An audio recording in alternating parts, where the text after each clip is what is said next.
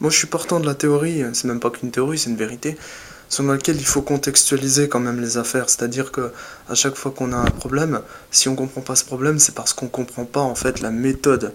Pourquoi on comprend pas les nazis? Parce qu'on n'est pas nazi. Pourquoi on comprend pas les salafis? Parce qu'on n'est pas salafi. Pourquoi on comprend pas les juifs? Parce qu'on n'est pas juif. Pourquoi on comprend pas les gitans? Parce qu'on n'est pas gitan. Pourquoi on comprend pas les indiens d'Amérique du Nord? Parce qu'on n'est pas indien d'Amérique du Nord. C'est simple. Pour comprendre les textes, il faut comprendre donc les textes de référence des gens donc qui font la culture de ces peuples. Il faut comprendre leurs textes. Il faut contextualiser. Alors il y a des histoires des peuples qui ont adhéré à telle ou telle religion par la suite, et d'une manière ou d'une autre. Donc, quand on parle du Coran, il faut le lire en arabe, le comprendre en arabe, pour pouvoir vraiment contextualiser les choses. Savoir comment pense un arabe de l'époque qui était euh, dans ce cas de figure, dans un désert, je rappelle. Pareil pour la Torah. Pour comprendre la Torah, il faut la lire en hébreu.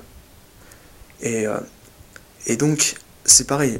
Ces religions du désert, qui sont méditerranéennes, et toutes à peu près situées au même endroit, parce que je rappelle que Israël est situé à côté de l'Arabie Saoudite. Donc, à ce niveau-là, il faut lire ça comme ça. C'est comme, il faut lire les textes bouddhistes en népalais, en tibétain, etc.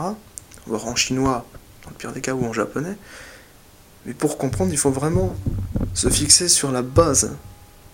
Alors, de la culture, parce que je vais appeler culture un ensemble de religions, parce que de toute façon, tout est religion ou tout est culture.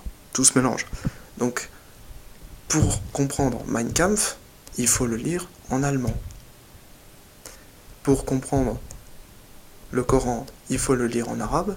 Pour comprendre la Bible, il faut le lire en hébreu ou en araméen. En grec, dans le pire des cas, et je dirais même c'est pas trop grave parce qu'en fait du coup tu rejoins les orthodoxes qui ont été donc à la source des premières Bibles européennes. Donc pas le latin, oublie le latin. C'est la langue des Romains. Et les Romains, ils avaient leur culte païen, ils faisaient des syncrétismes, c'était un peu la franc-maçonnerie de l'époque, c'était l'anglais de l'époque, le latin. C'est pour ça que tout le monde parlait latin, même les Écossais, les plus érudits évidemment. Donc voilà, il faut lire les écrits dans leur contexte, c'est-à-dire dans leur langue d'origine.